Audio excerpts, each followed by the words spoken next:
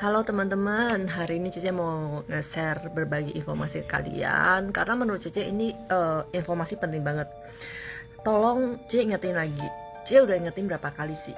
Ingetin lagi, tolong jangan pinjamin data kalian ke orang lain, jangan pernah menjual buku tabungan kalian ke orang lain ataupun kartu telepon kalian ke orang lain.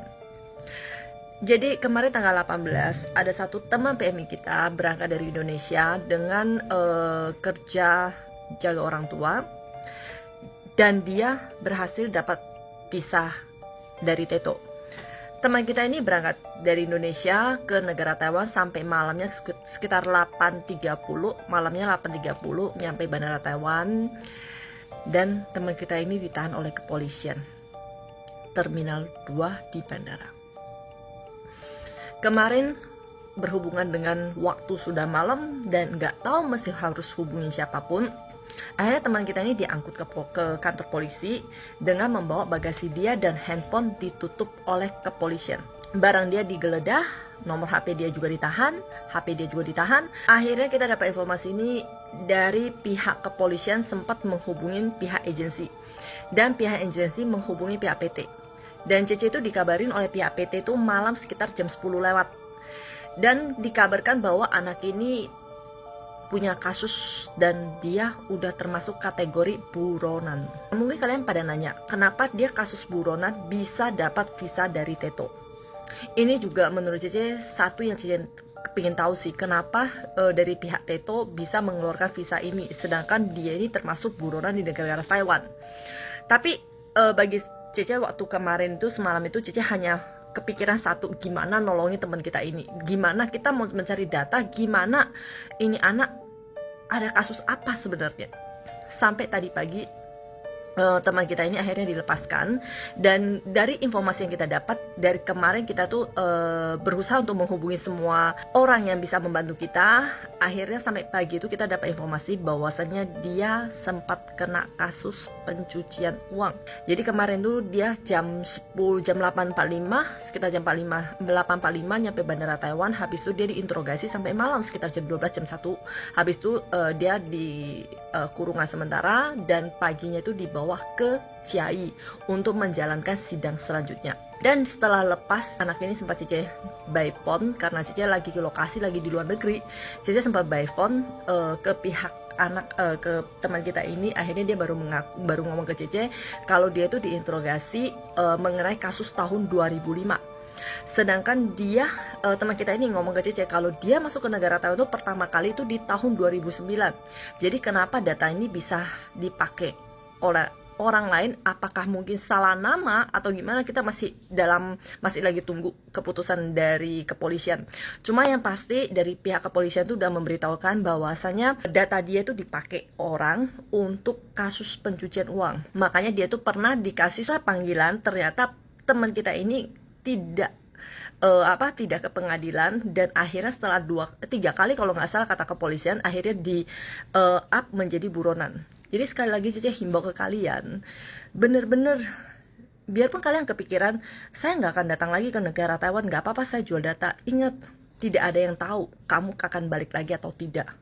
Bisa aja kamu balik dengan visa turis. Ya, jadi saya mohon banget, bener-bener himbauin kalian semua, tolong sayangin diri kalian sendiri, sayangin data kalian sendiri. Jangan seperti kasus teman kita ini. Untungnya dia itu tidak langsung dipulangkan ke negara Indonesia. Dia masih diberi kesempatan. Cuman kemungkinan akan menjalankan sidang berikutnya. Tapi untuk saat ini, insya Allah, alhamdulillah, dia itu sudah dikeluarkan dan tanpa jaminan. Saya ngomong, kasus pencucian uang di negara Taiwan tidak main-main, apalagi bisa berhubungan dengan kasus penipuan. Tolong sayangi diri kalian sendiri. Satu lagi, Cece juga himbau buat anak-anak yang berasal dari PT ini, tolong jangan dibuat gosip yang nggak benar. Karena Cece dengar hari ini seharusnya ada satu anak yang mau berangkat. Begitu dengar temannya di penjara, ditahan polisi, dia langsung kabur. PT bermasalah, kepolisian Taiwan tidak ada haknya untuk menangkap. Ingat, tolong untuk teman kita ini, tolong baliklah. Kamu itu udah punya majikan loh. Jangan karena kamu salah paham ke pihak PT, kamunya kabur, kamu yang akan dirugikan loh. Kamu yang rugi karena kamu udah dapat job dan kamu udah dapat visa. Ya. Jadi Cici himbau lagi, benar-benar himbau lagi, ingat sayangi data kalian. Tolong, Cici nggak kepingin lagi ada terima tengah malam telepon dari pihak PT atau pihak manapun minta tolong untuk dibantu sport jantung, Besti. Ya, semoga aja informasi ini bermanfaat bagi yang memang bisa bantu share ke teman-teman, apalagi untuk anak ST1. Ingat, coba mikir-mikir, kamu pernah nggak menjual data kamu? Pernah nggak meminjamkan data kamu ke saudara kamu? Ingat, sedekat teman baik apapun, saudara manapun, tolong data kamu jangan dipinjam. Fatal, bener-bener fatal banget kalau kamu tuh begitu nyampe bandara Taiwan, habis itu kamu langsung diangkut ke kepolisian. Kamu mau minta pertolongan ke siapa? Ya, semoga aja ini udah kasus terakhir deh, jangan ada lagi deh, please, bener-bener please banget. Oke, informasi Cici hanya sampai di sini aja. Teman-teman bantuin Cici share ke yang lain, semoga jangan ada lagi yang menjadi korban berikutnya. Oke, bye-bye.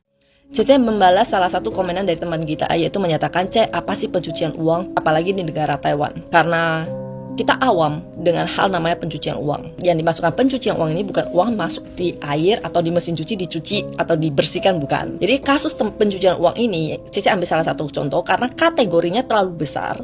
Cici ambil salah satu contoh dari teman kita ini, kasus teman kita ini. Jadi data dia itu dipakai oleh orang lain untuk mengirimkan uang lewat toko Indo. Kepolisian tidak mau menjelaskan ke kita itu uang karena kasus apa. Tapi biasanya pencucian uang itu satu kategorinya itu penipuan, curian, uang narkoba, hasil jual narkoba, uang penjudian, ataupun biasanya kadang-kadang yang swasta bermasalah dan dia dilacak atau ditangkap oleh kepolisian dan dicek datanya, uangnya itu biasanya kirimnya lewat mana. Biasanya kalau udah namanya kecantol kasus pencucian uang, ribet.